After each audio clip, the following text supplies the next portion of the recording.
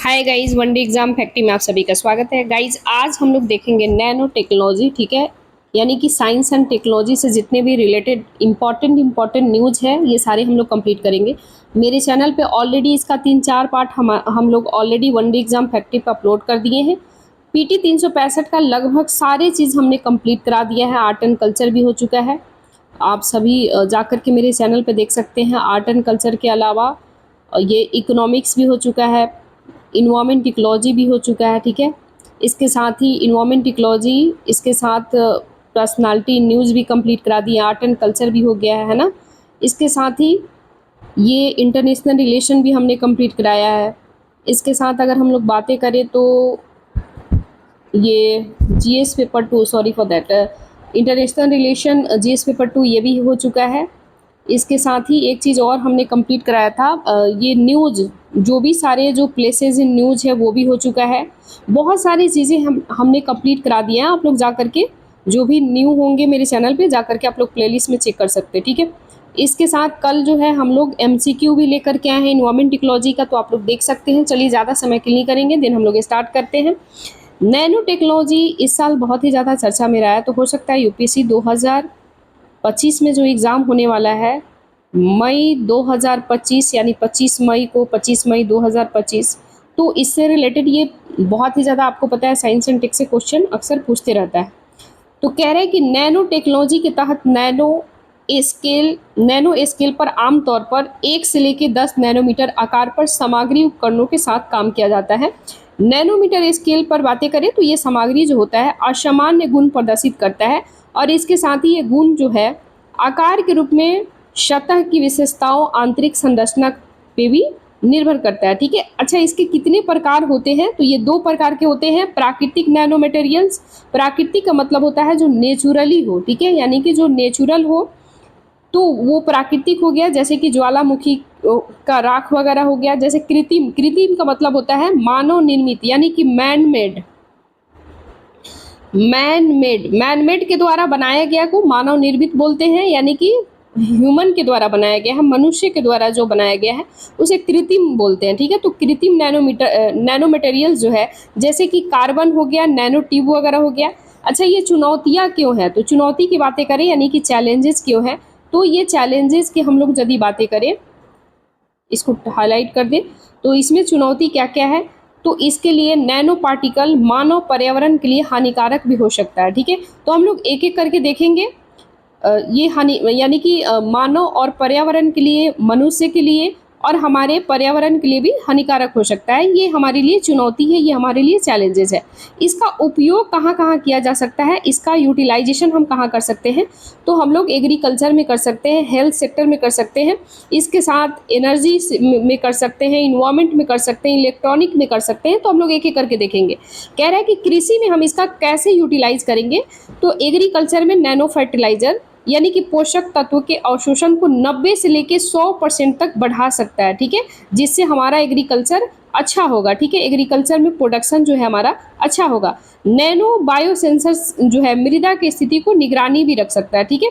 Health में कैसे utilisation होगा, यानी हेल्थ सेक्टर में, तो ये बेहतर इमेजिंग और डायग्नोसिस, टारगेटेड ड्रग डिलीवरी वगैरह में हम इसका यूज कर सकते हैं। मतलब कि जैसे हम लोग डायग्नोसिस का मतलब होता है कि जो भी सारे जांच वगैरह होता है, जैसे आप कैसे ब्लड वगैरह जांच कराने जाते हैं, है ना, या फिर कल्चर वगैरह होता है, सीबीसी वगैरह होता है ना, या फिर कोई भी डिजीज हो गया उसका जो लैब में, लेबोरेटरी में जो जांच आप कराने जाते हैं उसको डायग्नोसिस बोलते हैं, कि आप पहले डायग्नोसिस कराओ, यानी कि पहले आप अपना जांच कराओ, ठीक है। तो वहाँ पे भी हम हेल्थ सेक्टर में नैनो टेक्नोलॉजी का यूज कर सकते हैं। ड्रग डिलीवरी, ड्रग का मतलब ये भी ड्रग आप नहीं समझ सकते हैं जो ड्रग लिया जाता है, ड्रग मतलब मेडिसिन होता है, ठीक है। तो आप वो ड्रग मत समझना कि जो ड्रग्स जो वगैरह होता है ना, जैसे कि अफीम वगैरह, वो ड्रग की बातें नहीं हो रहा है यहाँ पे, मेडिसिन से रिलेटेड ड्रग की बातें हो रहा है। वहाँ पे हम इसे डिलीवरी वगैरह कर सकते हैं नैनो टेक्नोलॉजी के माध्यम से, ठीक है। तो ये हमारा हेल्थ सेक्टर में यूज कर सकते हैं। अब हम एनर्जी की बातें करें, ऊर्जा से रिलेटेड, तो नैनो स्ट्रक्चर सोलर सेल सस्ते और आसानी से इंस्टॉल किया जा सकता है। इसके इंस्टॉलेशन के लिए हमें नैनो टेक्नोलॉजी का आसानी से यूज ऊर्जा के क्षेत्र में कर सकते हैं। ये हमारे पर्यावरण के लिए कैसे इफेक्टिव है, पर्यावरण में हम इसका कैसे यूटिलाइज कर सकते हैं नैनो टेक्नोलॉजी का, तो जल शुद्धिकरण के लिए कर सकते हैं, इसके साथ ही विलवीकरण के लिए भी हम लोग कर सकते हैं। तकनीक में नैनो मटेरियल्स का भी उपयोग कर सकते हैं, ठीक है। इलेक्ट्रॉनिक्स और आईटी के क्षेत्र में हम कैसे इसका यूज कर सकते हैं, तो क्वांटम डॉट्स के माध्यम से कर सकते हैं नैनो स्ट्रक्चर का उपयोग। एडवांस डिस्प्ले लाइटिंग वगैरह के लिए हम लोग इलेक्ट्रॉनिक्स कंप्यूटर वगैरह में ये सारे यूज कर सकते हैं। अदर जो है, अदर में भी इसका यूटिलाइजेशन होता है, जैसे कि कॉस्मेटिक्स वगैरह हो गया, जो कॉस्मेटिक्स जो है क्रीम पाउडर वगैरह है ना, जो क्रीम पाउडर शैम्पू जो भी सारे हमारे कॉस्मेटिक्स आइटम आते हैं उसमें यूज कर सकते हैं। इसके साथ ही कुछ मेटेलिक ऑक्साइड के नैनो पार्टिकल का भी यूज कर सकते हैं। तो आपको नैनो टेक्नोलॉजी के बारे में इतना ध्यान रखना है। अब हम लोग देखेंगे नैनो फर्टिलाइजर, ठीक है। तो नैनो फर्टिलाइजर भी हमको पढ़ के जाना है क्योंकि बहुत ही ज़्यादा चर्चा में रहा है, ठीक है। तो कह रहा है कि इफ्को जो है, इफ्को के द्वारा नैनो टेक्नोलॉजी से तैयार नैनो जिंक यानी कि लिक्विड में, ठीक है, यानी कि तरल अवस्था में लिक्विड में, नैनो कॉपर जो है ये भी लिक्विड में, उर्वरकों को केंद्र सरकार ने फर्टिलाइजर कंट्रोल ऑर्डर जो है 1985 के तहत मंजूरी दिया है। फिर से हम पढ़ दें, इफ्को के द्वारा नैनो टेक्नोलॉजी से तैयार नैनो जिंक जो है, नैनो जिंक यानी लिक्विड में और नैनो कॉपर लिक्विड में, ठीक है, ये उर्वरक यानी कि फर्टिलाइजर को केंद्र सरकार ने हाल ही में फर्टिलाइजर कंट्रोल ऑर्डर 1985 के तहत मंजूरी दिया है। तो एक तो फैक्ट याद रखना है, 1985 के तहत नैनो फर्टिलाइजर को इफ्को के द्वारा, ठीक है, ये मंजूरी दिया गया है। दूसरा जो है, अब हम लोग देखेंगे आखिर नैनो फर्टिलाइजर आखिर है क्या। तो नैनो उर्वरक की बातें करें, फर्टिलाइजर की बातें करें, तो ये एक प्रकार के उर्वरक होता है, फर्टिलाइजर होता है, जिसमें पोषक तत्व नैनो कणों में समाहित होता है। मतलब नैनो कण मतलब छोटे छोटे कणों में समाहित होता है, जिसे इसके उर्वरक यानी फर्टिलाइजर वगैरह, जैसे कि आप कृषि वगैरह करते हैं, एग्रीकल्चर करते हैं, तो वहाँ पे इसका अच्छे मात्रा में यूज वगैरह होता है, ठीक है। तो वही कहा जा रहा है कि नैनो कण बहुत छोटे छोटे होते हैं और ये मिट्टी में धीरे धीरे नियंत्रित मात्रा में पोषक तत्व जारी कर सकते हैं। नैनो उर्वरक धीरे धीरे नियंत्रित मात्रा में जारी होते हैं, जिसमें मिट्टी उर्वरक अपव्यय कम होता है, ठीक है, यानी कि उर्वरक जो है हमेशा अच्छा से बना रहेगा, ठीक है। ये नैनो उर्वरक फसलों में जिंक और कॉपर जैसे सूक्ष्म पोषक तत्वों की कमी को भी दूर करेगा। इसके साथ ही जिंक जो होता है ये पौधों में एंजाइम की कार्यप्रणाली को बेहतर बनाने में मदद करता है और पौधों की वृद्धि और विकास में महत्वपूर्ण भूमिका निभाता है। तो आप सभी को ऑलरेडी पता है कि जिंक जो होता है वो हमारे पौधों के लिए, पेड़ पौधों के लिए कितना आवश्यक है, ठीक है। कॉपर की बातें करें तो ये पौधों में कई एंजाइमेटिक गतिविधियों, क्लोरोफिल और बीज उत्पादन के लिए भी आवश्यक होता है, ठीक है। इसके साथ ही इसके पहले इफ्को के द्वारा, यानी इफ्को जो है इसके पहले ये इसके द्वारा विकसित किया गया था, और नैनो लिक्विड यूरिया, ठीक है, नैनो लिक्विड यूरिया भी लाया गया। अच्छा, ये आप सभी को पता है कि नैनो लिक्विड यूरिया आखिर क्यों लाया गया, ठीक है। तो देखो, नैनो लिक्विड इसलिए लाया गया ना कि आप उसमें पानी वगैरह भी ऐड कर सकते हैं। और जैसे कि आप फिनाइल देखते हैं ना, हम एग्जाम्पल दे रहे हैं, ये नहीं कि फिनाइल समझ लेना जाके खेतों में उछलना, ऐसा मतलब नहीं है। मतलब हम एक एग्जाम्पल दे रहे हैं। सपोज करो कि एक फिनाइल का गोली पहले आता था, तो बाथरूम वगैरह में रखते हैं, या फिर फिनाइल का गोली कोई कपड़ों वगैरह में, या फिर ऐसा जहाँ पे स्मेल वगैरह गंदे चीज़ों का नहीं है, उसकी वजह से कोई कीड़े मकोड़े नहीं लगे, है ना, तो ये इसलिए रखा जाता था। लेकिन इसके बाद फिनाइल जो है लिक्विड में आया, तो जैसे आप लिक्विड में आया तो ये थोड़ा सस्ता पड़ेगा, है ना। तो लिक्विड में, और इसमें बहुत सारे आप देख सकते हैं कि लिक्विड जो है ये थोड़ा सस्ता पड़ता है, और इसके साथ ही जब ये गाढ़ा होता है, काफ़ी थिक होता है, तो बहुत सारे आप लोग देखते हैं कि टॉयलेट वगैरह में यूज करते हैं उसको डालने के लिए, तो उसमें वाटर वगैरह ऐड कर सकते हैं, या फिर पोछा वोछा लगाने के लिए। तो सेम आप समझ लीजिए कि लिक्विड लाने का क्या मतलब है। और इसके साथ ही नैनो ये क्या बोलते हैं, नीम कोटेड यूरिया भी लाया गया है।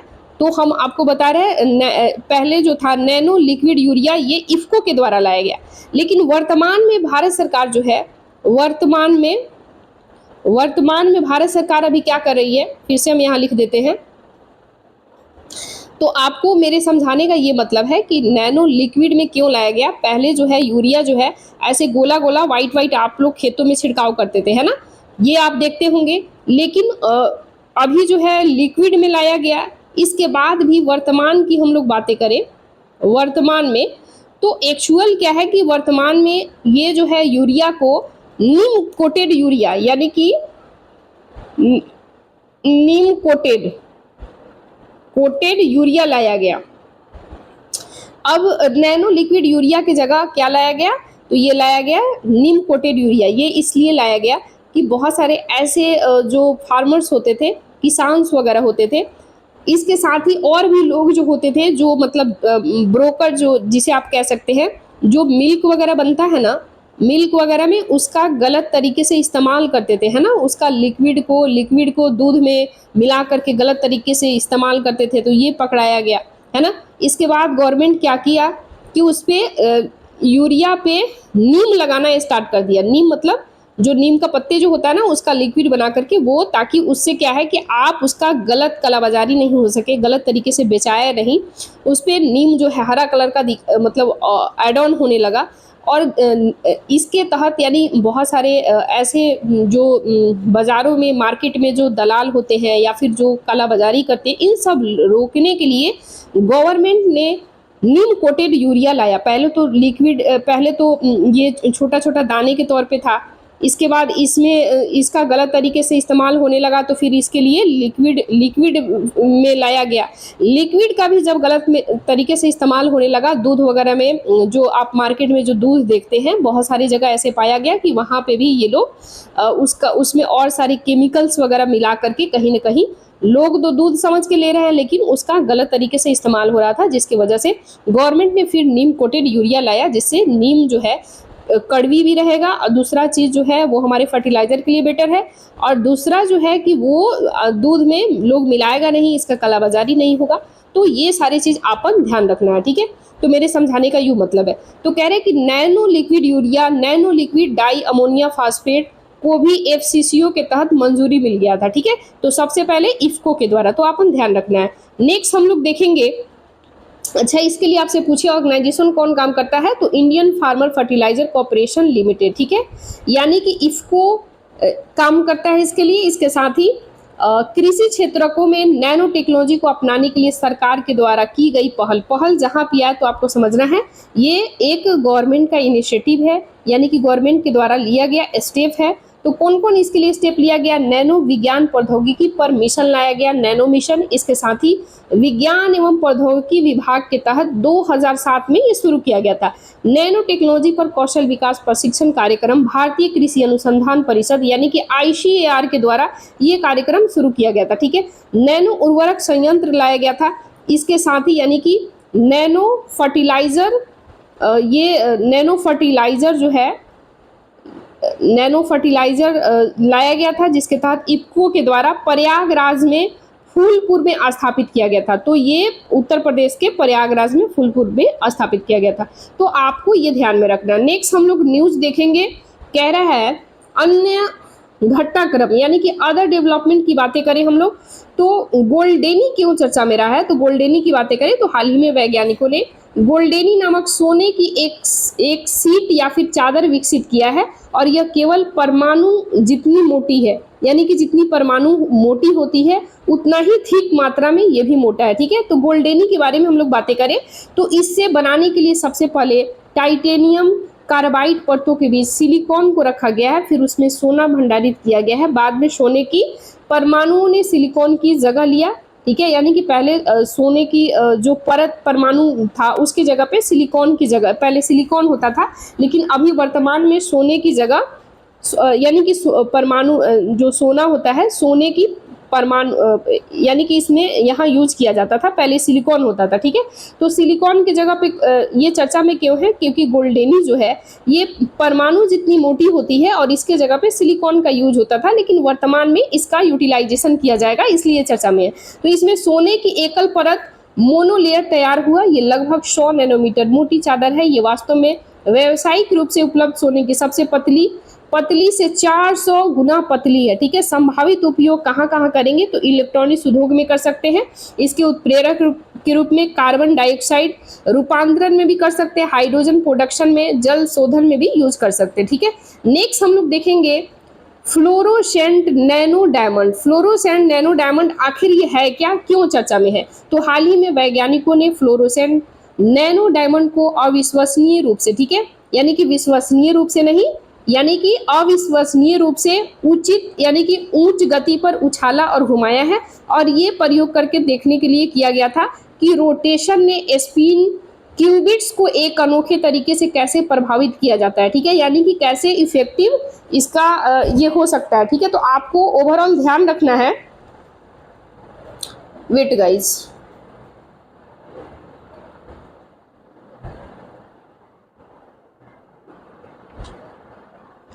तो ये आपको ध्यान रखना है कि ये कार्बन जो है ये क्या पढ़ रहे थे हम, ये स्पिन क्यूबिक को अनोखी तरीके से कैसे प्रभावित किया जाए, जिसे जिसके बीच यानी कि जिसे बेरी चरण के रूप में जाना जाता है। फिर से मैं बता दूं, हाल ही में वैज्ञानिकों ने फ्लोरेसेंट नैनो डायमंड को अविश्वसनीय रूप से उच्च गति पर उछाला है और ये घुमा करके चेक किया है, जिससे कि ये देखने के लिए ये रोटेशन हो रहा है या नहीं, स्पिन क्यूबिस को अपने यानी कि अनोखे तरीके से कैसे प्रभावित किया जा सके, जिसे कि बेरी चरण के रूप में जाना जाता है। अब हम लोग देखेंगे आखिर ये फ्लोरोसेंट नैनो डायमंड आखिर ये है क्या, ठीक है। तो फ्लोरोसेंट नैनो डायमंड की बातें करें तो ये एक्चुअल क्या है, ये फ्लोरोसेंट नैनो डायमंड जो है ये कार्बन के नैनो कण यानी छोटे छोटे कार्बन के कणों से बने हुए नैनोमीटर के आकार के हीरे होते हैं, ठीक है, हीरे है। प्रतिद्वीप्ति की बातें करें, ठीक है, तो प्रतिद्वीप्ति यानी कि फ्लोरोसेंस की बातें करें तो कुछ सामग्रियों का गुण होता है और उच्च आवृत्ति के प्रकाश में यानी कि विकिरणित होने पर कम आवृत्ति का प्रकाश उत्सर्जित करता है। इनका प्रोडक्शन की बातें करें तो इनका उत्पादन उच्च तापमान और उच्च दबाव वाली प्रक्रिया में होता है। इसके मुख्य गुण क्या क्या होते हैं, तो प्रकाश में ये स्थिर होता है और जीवित प्राणियों के विषाक्त नहीं होता है, ठीक है। इसके साथ ही इसका यूज की बातें करें तो ये उच्च रिजोल्यूशन का यानी कि हाई रिजोल्यूशन में इमेजिंग किया जा सकता है, सूक्ष्म पैमाने पर यानी कि छोटे छोटे पैमाने पर। ये तापमान संवेदन सह संबंधी माइक्रोस्कोपी और लंबी अवधि की कोशिकाओं के उनकी संततियों को ट्रैक करने में मदद किया जा सकता है, ठीक है, यानी कि माइक्रोस्कोप के माध्यम से ये लंबी अवधि में यानी कि बहुत ज़्यादा लॉन्ग पीरियड टाइम तक कोशिका जो होती है उसे आराम से ट्रैक किया जा सकता है, ठीक है। तो ये आपको पढ़ के जाना है। अच्छा, इसके लिए ऑर्गेनाइजेशन पूछेगा कौन कौन काम करता है, तो mission 1 nano science and technology nano mission काम करता है। Indian council for agriculture research यानी कि ICAR काम करता है। नेक्स्ट हम लोग न्यूज़ देखेंगे पीजी इलेक्ट्रॉनिक्स पॉलीमर, ठीक है। तो कह रहा है कि पीजो इलेक्ट्रॉनिक्स पॉलीमर आखिर ये है क्या और क्यों चर्चा में है, तो नैनो एवं मृदु पदार्थ विज्ञान केंद्र के शोधकर्ताओं ने पीजो इलेक्ट्रिक यानी कि piezo electrics polymer nano composite पर आधारित एक सुरक्षा चेतावनी प्रणाली विकसित किया गया है, इसलिए चर्चा में है। तो इसके बारे में हम लोग देखेंगे। ये विज्ञान एवं प्रौद्योगिकी विभाग का एक स्वायत्त संस्थान है। तो आपसे अगर यदि मंत्रालय पूछेगा या फिर डिपार्टमेंट पूछेगा तो ये डिपार्टमेंट की बातें करें तो कौन सा डिपार्टमेंट में आ जाएगा, ये विज्ञान एवं प्रौद्योगिकी डिपार्टमेंट आ जाएगा और ये एक स्वायत्त संस्था है, ठीक है। फिर हम लोग देखेंगे पीजो इलेक्ट्रिक पॉलीमर आखिर है क्या, तो पीजो इलेक्ट्रिक की बातें करें तो ये पॉलीमर पदार्थ वर्ग का होता है जो ये दबाव या फिर खिंचाव के तहत सतह पर विद्युत आवेश उत्पन्न कर सकता है। इसके प्रकार यांत्रिक ऊर्जा विद्युत ऊर्जा में उत्परिवर्तन करके ऊर्जा प्रदान करता है। इसके लाभ क्या क्या हो सकते हैं, तो ये लचीलेपन होता है, हल्केपन होता है यानी काफ़ी हल्का होता है। इसके परिक्रियात्मक संबंधी गुणधर्म के कारण इसका व्यापक रूप से उपयोग यानी कि मल्टी लेवल पे इसका यूज कर सकते हैं। इसके उपयोग में सेंसर वगैरह में धारण करने योग में यूज कर सकते हैं। इसके साथ चिकित्सा के क्षेत्र में कर सकते हैं, ठीक है, हेल्थ डिपार्टमेंट में कर सकते हैं, ठीक है, उपभोक्ता इलेक्ट्रॉनिक्स वगैरह में भी कर सकते हैं, ठीक है। किसको यूज कर सकते हैं, पीजो इलेक्ट्रिक पॉलीमर को, ठीक है। नेक्स्ट हम लोग देखेंगे, कह रहा है कि सूचना प्रौद्योगिकी कंप्यूटर IT एंड कंप्यूटर क्यों चर्चा में है, तो हम लोग पढ़ के जाना है, ठीक है। एक मिनट गाइस, सूचना प्रौद्योगिकी और कंप्यूटर यानी कि IT and computer, artificial intelligence ये चर्चा में है। तो हम लोग एक एक करके पढ़ेंगे। आखिर आर्टिफिशियल इंटेलिजेंस ये कुछ शब्दावली है जो हमें पढ़ के जाना है, एग्जाम में हो सकता है आने की संभावना है, ठीक है। तो कह रहा है कि AI जो है यानी कि आर्टिफिशियल इंटेलिजेंस, कृत्रिम बुद्धिमत्ता आर्टिफिशियल इंटेलिजेंस AI ने जटिल कार्यों को करने में सक्षम कंप्यूटर प्रणाली में संदर्भित करता है जिन्हें आमतौर पर सिर्फ इंसान ही कर सकता है, जैसे कि तर्क करना, निर्णय लेना, समस्याओं को सुलझाना, ये एआई नहीं कर सकता है, ये केवल इंसान ही कर सकता है। ठीक है, तो इसीलिए न्यूज़ में है, अपन पढ़ के जाना है। आर्टिफिशियल इंटेलिजेंस के चरण की बातें करें तो आर्टिफिशियल इंटेलिजेंस जो है नैरो इंटेलिजेंस है, एएनआई है, और ये चरण एक में मशीनों इंसानों के व्यवहार को नकल करती है और एक विशेष क्षेत्रों में किसी समस्या को हल करने के लिए यानी कि विशेषज्ञ होती है, काफ़ी एक्सपर्ट होती है। ठीक है, जैसे कि सिरी हो गया, चैट जीपीटी हो गया, एलेक्सा वगैरह हो गया। तो ये जो है एएनआई यानी आर्टिफिशियल नैनो इंटेलिजेंस में आता है, जिसमें मशीन और इंसानों के व्यवहार को नकल करता है, डुप्लीकेट बनाया जाता है। ठीक है, दूसरा जो है आर्टिफिशियल जनरल है, एजेआई है, आर्टिफिशियल जनरल इंटेलिजेंस जिसको बोलते हैं। इसके दो चरणों में वर्क होता है, जैसे कि मशीन जो होते हैं, मशीनें लगातार सीख सकती है, यानी लर्निंग कैपेसिटी होती है इसकी, ये लर्न कर सकती है, मशीन सीख सकती है और इंसानों जितनी बुद्धिमत्ता का प्रदर्शन कर सकती है। ठीक है, तो सबसे पहले आपको याद रखना है एएनआई जो है आर्टिफिशियल नैनो इंटेलिजेंस, ये जो है यानी कि मशीन और इंसानों के व्यवहार यानी कि जो उनके बिहेव होते हैं उनका ये नकल करता है। दूसरा जो है आर्टिफिशियल जनरल जो है ये मशीन यानी कि ये जो चरण है ये मशीनें लगातार सीख सकती है, यानी कि एक मशीन जो है ये सीख सकती है, इंसानों से सीख सकती है और इंसान जितना बुद्धि लगाता है, दिमाग लगाता है, उतना ये भी प्रदर्शन कर सकता है। तीसरा ये कह रहा है कि आर्टिफिशियल सुपर इंटेलिजेंस है, जिसको एएसआई कहते हैं। एएसआई का मतलब होता है आर्टिफिशियल, ठीक है, यानी कि आर्टिफिशियल सुपर इंटेलिजेंस जिसको बोलते हैं, इसमें मशीन और इंसान से कहीं ज़्यादा स्मार्ट होता है। ठीक है, तो इसको एएसआई कहते हैं, तो अपन पढ़ के जाना है। नेक्स्ट हम लोग देखेंगे जनरेटिव एआई। ठीक है, जनरेटिव एआई जो है एक ऐसा आर्टिफिशियल इंटेलिजेंस होता है जो उपयोगकर्ता के निर्देश, अनुरोध या कमांड के आधार पर मूल कंटेंट क्रिएट कर सकता है, यानी कि जैसा उसके कमांड वगैरह होता है, जैसे आर्टिफिशियल इंटेलिजेंस जो है किस प्रकार से आपको यूज करना है वो एक मशीन के द्वारा कमांड किया जाता है और उस आधार पे यूज किया जाएगा। ठीक है, जैसे टेक्स्ट हो गया, मतलब कोई आप टेक्स्ट लिख सकते हैं, इमेज हो गया, वीडियो हो गया, ऑडियो हो गया, सॉफ्टवेयर कोडिंग हो गया, है ना।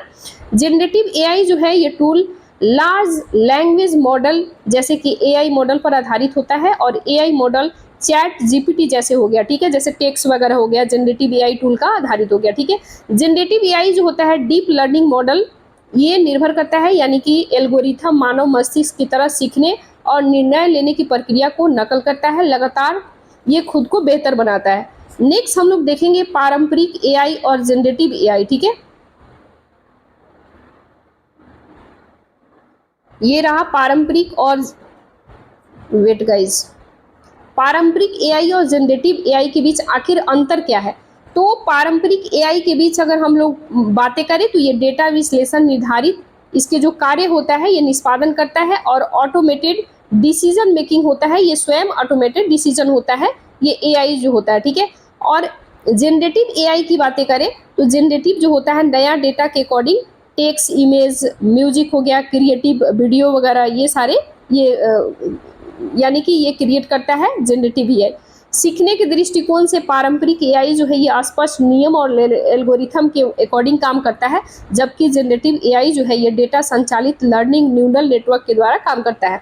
पारंपरिक एआई के आउटपुट क्या क्या हो सकते हैं, तो ये सुनिश्चित आउटपुट जैसे कि प्रिडिक्शन, समाधान या वर्गीकरण के माध्यम से करता है, जबकि जनरेटिव एआई जो है पूरी तरह से नया कंटेंट या फिर क्रिएटिव आउटपुट के तहत ये काम करता है। ठीक है, अनुकूलन क्षमता की बातें करें, एडेप्टेबिलिटी की बातें करें तो पारंपरिक एआई जो है मैनुअल हस्तक्षेप और रीप्रोग्रामिंग की आवश्यकता होती है।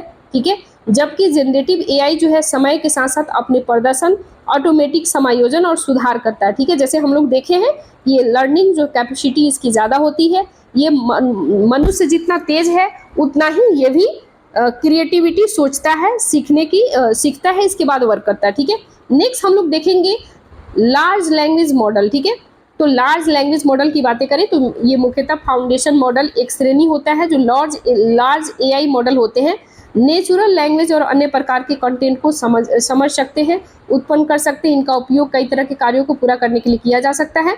LLM जो है लार्ज लैंग्वेज मॉडल जो है ये विशाल मात्रा में डेटा से पैटर्न सीखकर कार्य करता है और ह्यूमन लैंग्वेज को पहचानने और व्याख्या करने में सक्षम होता है। ठीक है, यानी कि बहुत जल्द जो है ह्यूमन के जो लैंग्वेज होते हैं जो आम बोलचाल होते हैं उसको पहचान सकता है और उसकी व्याख्या कर सकता है। ठीक है, LLM जो है यानी कि लार्ज लैंग्वेज मॉडल, ये आमतौर पर ट्रांसफॉर्मर आर्किटेक्चर नामक एक प्रकार के न्यूरल नेटवर्क पर आधारित होता है और इनमें कई स्तर के न्यूरल नेटवर्क और सेल्फ अटेंशन मैकेनिज्म शामिल होते हैं और जो इन्हें पैटर्न सीखने में मदद करते हैं। ठीक है, नेक्स्ट हम लोग देखेंगे मशीन लर्निंग। ठीक है, मशीन लर्निंग जो है ML जिसको शॉर्टकट बोलते हैं, तो मशीन लर्निंग आर्टिफिशियल इंटेलिजेंस का एक क्या है, भाग है, एक पार्ट है।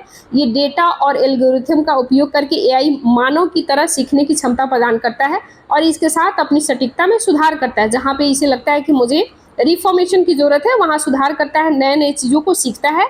ठीक है, कार्य प्रणाली की बातें करें तो मशीन लर्निंग में एल्गोरिथम का विशिष्ट परिणाम प्राप्त करने के लिए डेटा विशाल सेट पर यानी कि प्रशिक्षित किया जाता है, यानी उसे पहले ट्रेनिंग दिलाता है, देन वो वर्क करता है पैटर्न के अकॉर्डिंग। ठीक है, नेक्स्ट हम लोग देखेंगे न्यूरल नेटवर्क या फिर आर्टिफिशियल न्यूरल नेटवर्क की बातें करें तो ये वस्तुतः मशीन लर्निंग एल्गोरिथम को विशिष्ट प्रकार होता है। ठीक है, अन्य उभरते हुए आर्टिफिशियल इंटेलिजेंस वेरिएंट की बातें करें तो लार्ज एक्शन मॉडल, ये एक आर्टिफिशियल इंटेलिजेंस मॉडल है। ये मानव की ज़रूरतों को समझ सकता है और जटिल कार्यों को पूरा कर सकता है।